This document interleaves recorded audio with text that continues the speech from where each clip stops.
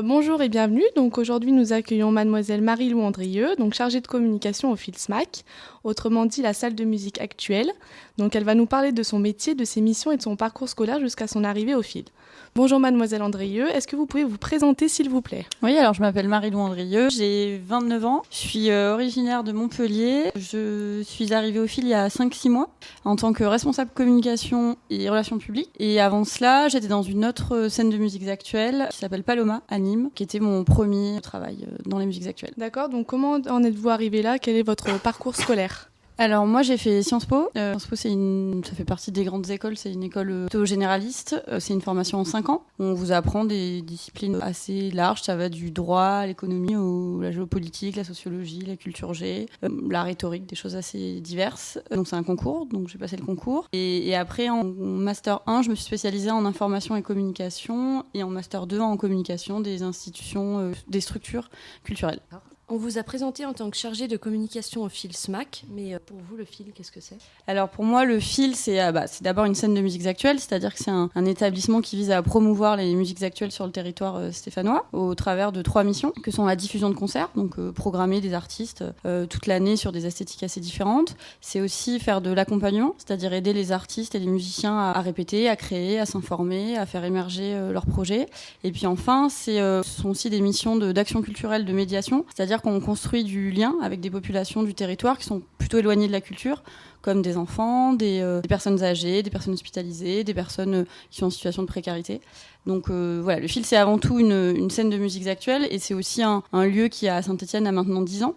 Donc c'est une salle qui dans son sillon, a aussi fait émerger des artistes, des initiatives, qui travaillent avec des associations et qui est très importante sur le territoire. Est-ce que vous pouvez nous parler un peu plus de votre métier, donc quelles sont vos missions au quotidien et avec qui vous travaillez ? Moi je suis pas chargée de com, je suis responsable communication, ce qui est quasiment la même chose mais dans le sens où j'encadre une équipe. Donc du coup je travaille avec une équipe, avec une chargée de com, avec une chargée des publics, avec une vidéaste. Donc ça c'est vraiment l'équipe le pôle communication publique au FIL. Et donc mon travail consiste à faire en sorte de coordonner toutes les actions de communication et la stratégie de communication du FIL, de la salle. Donc à la fois sur la structure, donc l'institution, le FIL, donc faire en sorte que les gens soient informés et soient au courant de ce qu'on fait au niveau de l'action culturelle, de la médiation, de l'accompagnement dont je vous parlais. Et puis il y a plutôt un axe événementiel, c'est-à-dire faire en sorte que sur les 110 concerts qu'on organise, le public vienne, achète sa place et ait envie de venir au FIL. Et donc pour faire tout ça, j'agis à la fois sur des supports imprimés, donc je coordonne la rédaction des programmes, la diffusion des programmes avec des prestataires.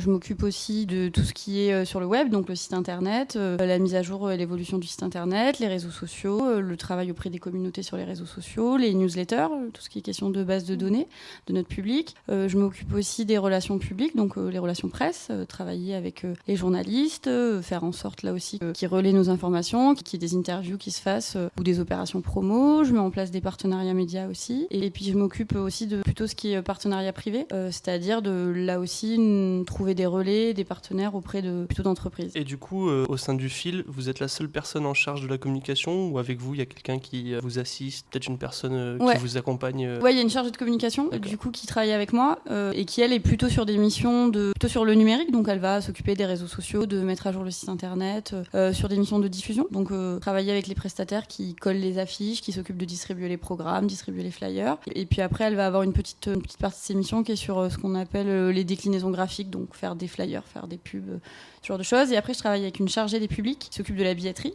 La billetterie fait partie de la communication et qui s'occupe aussi de mettre en place des actions auprès de populations type population étudiante, population dans les centres sociaux, voilà, des publics un peu ciblés. Et donc pourquoi vous avez choisi de travailler dans le domaine musical ? Parce que j'ai toujours eu envie de travailler dans la musique, ça m'a toujours été une spectatrice de festivals, de concerts. J'ai toujours beaucoup aussi lu des articles ou des chroniques d'albums et donc j'avais vraiment envie de travailler dans la musique. Après, c'est pas forcément dans la communication, ça aurait pu être dans l'administration, la gestion de projet. Finalement, comme j'ai fait un master en communication et que mon stage de fin d'études s'est fait en communication, j'ai continué dans cette voie-là. D'accord. Et pourquoi êtes-vous venue à Saint-Étienne ? Alors, je suis venue à Saint-Étienne pour le poste, qui était un poste de responsable communication. Ça faisait 6 ans que je travaillais dans une autre structure. J'avais envie de changer, de voir un autre fonctionnement, une autre équipe, un autre territoire, un autre projet. Et puis le fait d'avoir en charge une équipe, c'était aussi une évolution professionnelle. L'adaptation au FIL, ça s'est passé comment ? La transition entre Paloma du coup et le FIL ? Et le changement de responsabilité? Ça s'est bien passé. Après, ça fait encore peu de temps. Ça fait 5-6 mois. Donc, il y a encore des choses que je découvre sur le fonctionnement, qui n'est pas forcément le même fonctionnement que j'avais auparavant. Ça s'est bien passé. J'ai découvert une très chouette équipe, un territoire riche, des associations très actives, plein d'initiatives. Donc, ça se passe très bien. Et du coup, entre le fil et Paloma, est-ce que vous retrouvez des similitudes dans le fonctionnement, des différences? Oui, alors des similitudes, oui, parce que Paloma, c'était aussi une scène de musiques actuelles, donc il y avait les 3 champs d'action dont je vous ai parlé. Donc voilà, tout ce qui est médiation, action culturelle et diffusion, programmation, ce sont des choses que je défendais auparavant, sur lesquelles je communiquais. Après, les différences, c'est que Saint-Étienne, il se trouve qu'il y a un territoire culturel qui est très actif, et donc plein d'associations qui proposent des choses, plein de producteurs aussi qui viennent programmer au fil. Et donc il y a un travail de collaboration avec plein d'acteurs culturels que j'avais pas auparavant. Et puis après, c'est des problématiques liées au territoire. Il y a Lyon qui est pas très loin, donc ça influe sur où est-ce qu'on communique, jusqu'où on va faire de l'affichage, jusqu'où on diffuse nos supports de communication. Tout ça, c'est propre au territoire, donc c'est différent. Ouais. Est-ce qu'il y a quelque chose dans votre parcours professionnel, un événement ou une rencontre qui vous a plus marqué que le reste ? Alors, j'essaie de me souvenir. Oui, parce qu'il y en a eu plein, des belles rencontres, forcément. Il y en a tellement, je dirais. La première fois que j'ai eu à gérer une interview d'artiste entre des journalistes et un artiste, c'est impressionnant. C'était à l'occasion de mon tout premier stage, donc c'était il y a 6-7 ans maintenant. Et c'était les Brigitte, c'est un duo. Et donc j'étais très impressionnée de devoir aller les chercher en loge, de les accompagner jusqu'aux journalistes. Enfin, j'avais trouvé ça très impressionnant. Alors depuis, j'en ai croisé plein des artistes et j'en ai organisé plein, des interviews. Mais à l'époque, c'était assez marquant. Donc nous, on a fait un peu des recherches. On a vu que vous aviez été organisatrice du festival This Is Not a Love Song. Ouais. Donc pour situer nos auditeurs, c'est un festival de musique qui dure 3 jours en juin et qui se déroule à Paloma. Donc vous avez été organisatrice de celui-ci. Est-ce que vous pensez que c'est possible d'organiser un type d'événement comme celui-ci sur Saint-Étienne ? Alors oui, bien sûr. Alors c'est un festival de musique indépendante, donc c'est assez pointu comme type de musique. Donc je suis pas sûre qu'à Saint-Étienne et au-delà, il y a un public peut-être qui soit friand de ce genre de musique. Ça, je connais pas encore suffisamment le territoire. Après, c'est un super beau projet, donc effectivement, ce serait super de pouvoir le faire à Saint-Étienne. Et pour une salle, de changer d'une programmation à l'année, de s'investir vraiment sur un temps fort, 3 jours dans l'année, c'est aussi une belle occasion pour les équipes de faire un événement qui est différent de ce qu'elle fait à l'année. Donc j'aimerais beaucoup qu'on puisse faire ça à Saint-Étienne. Mais après, il y a déjà plein d'autres festivals qui sont très intéressants, que ce soit le Positive Éducation, Paroles et Musique, des événements à Saint-Étienne, il y en a déjà plein et des super projets. Et du coup, concernant le fil, au niveau des programmations à venir, qu'est-ce que vous avez de prévu dans les mois qui suivent, par exemple ? Alors là, justement, on est en train de boucler le prochain trimestre, parce qu'en scène de musique actuelle, on travaille au trimestre. Et donc là, le prochain trimestre, il couvrira la période de janvier à mars. Et dans les concerts un peu événements qu'on a, on a le concert de Grand Blanc, Terre Noire et Malik Djouti, qui est un plateau de chansons françaises pop. Que je vous recommande, qui est vraiment très bien. On va avoir aussi le 14 mars le concert de Rendez-vous, qui est un groupe de punk français très très bien. On a une soirée synthé dub fin février. On va faire quelque chose avec l'équipe du Positive Éducation aussi. Il y a plein de choses dans plein d'esthétiques qu'il faut aller découvrir. Vous nous avez dit tout à l'heure que vous travaillez avec le programmateur, mais comment celui-ci il sélectionne les artistes qui vont être présentés au fil ? Alors c'est un travail, je dirais, au quotidien de curiosité, d'écoute, d'aller voir quels artistes vont bientôt sortir des albums et par conséquent vont organiser des concerts en France ou à l'étranger. Donc tous les jours, il écoute de la musique, il reçoit aussi beaucoup de sollicitations de ce qu'on appelle des tourneurs qui organisent les tournées des artistes.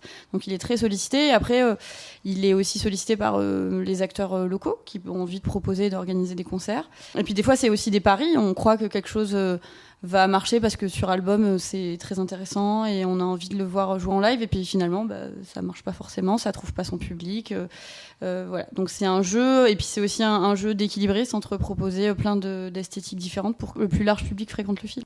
Et du coup, ce programmateur, il travaille seul ou il demande votre avis, par exemple, sur les différentes personnes qui vont venir ? Est-ce que c'est vraiment lui seul qui décide de tout ou est-ce qu'il fait, par exemple, appel à vous, responsable de communication, pour choisir les artistes ? Ouais, alors effectivement, ça lui arrive parce que moi, je suis aussi passionnée de musique et j'écoute plein de choses. Donc des fois, on échange sur des artistes ou des esthétiques et puis des fois, on se donne notre avis parce que nous aussi, ce qui fait que l'on peut fonctionner, c'est les recettes que l'on a en billetterie. Donc le monde qui achète des billets pour aller voir les concerts, donc ça c'est important. Et donc des fois effectivement on se questionne sur est-ce que cet artiste qu'on aime beaucoup, est-ce qu'il va réussir à réunir plus de 100 personnes, on sait pas, donc voilà, on s'interroge. Est-ce que faire un concert pendant les vacances alors que les gens sont pas forcément sur la ville, c'est une bonne idée, donc, ou est-ce que si l'artiste joue la veille à Lyon et le lendemain à Grenoble ou à Clermont-Ferrand, est-ce que c'est une bonne idée de le faire à Saint-Étienne? Voilà, c'est ce genre d'interrogation qu'on a au quotidien ensemble. Et quelles sont vos ambitions professionnelles pour les années à venir? Alors, bonne question. Reste encore un peu de temps, je pense, au fil. Et puis après, pourquoi pas aller travailler pour un festival, parce que c'est un rythme qui est pas le même que celui d'une salle, et je trouve ça aussi intéressant. Pourquoi pas aller dans une autre salle et découvrir un autre territoire, ou alors laisser de côté la com et partir plus sur des missions de direction, administration, gestion de projet peut-être. Toujours dans le domaine de la musique? Ouais, toujours dans le domaine de la musique. D'accord. Eh bien, merci Mademoiselle Andrieux d'avoir répondu à toutes nos questions et puis on vous souhaite une bonne continuation au fil.